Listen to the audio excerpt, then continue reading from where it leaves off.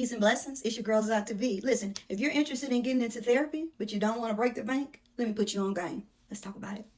Real quick, I want to share some therapy resources with you. For those of you who are considering therapy, interested in getting a mental health therapist, one that is licensed, by the way, I want to point you in the direction of resources.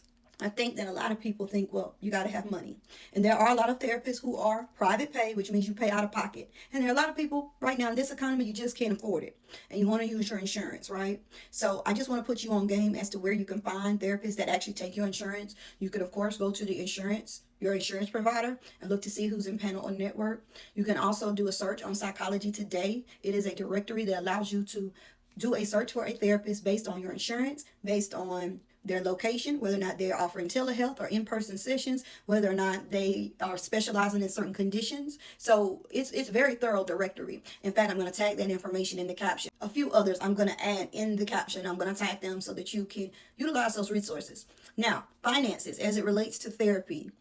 Yes, there are a lot of therapists that charge private pay, so you can pay out of pocket. And when you do pay out of pocket, they'll give you what's called a super bill. That super bill is something you can take to your insurance company, file it to get reimbursed. Not all insurance companies are going to reimburse you for behavioral health services, so it's up to you to do your research. Just like you would when you go see the doctor, you want to go and make sure they're in network and you're going to be covered. Same exact thing for a mental health therapist, okay? Make sure that you can get reimbursed if you're going to pay out of pocket. Now, if it is someone that is billing your insurance, do not think that you're not going to pay anything. Again, just like going to see a physician, you might have a copay. And if you have not met your deductible, there may be an amount that you'll need to pay that is beyond just a copay. So be prepared for that as well. Something else you can utilize. Most therapists take credit cards. So you have that health spendings account.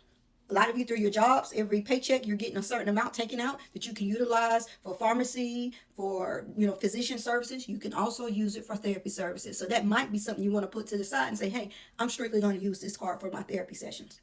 One more thing, a resource. And there are other resources, but the one I'm most familiar with is the Loveland Foundation. They are an organization that is devoted to minimize any financial barriers. And they will give you waivers and allow you to see a therapist of your choice and pay for the services. Again, I'm going to tag them. EAP panels, check with your job to see if they offer an employee assistance program. Through your job's EAP, you can just go to HR and say, hey, do we have an employee assistance program? And if so, what are some of the services that are available?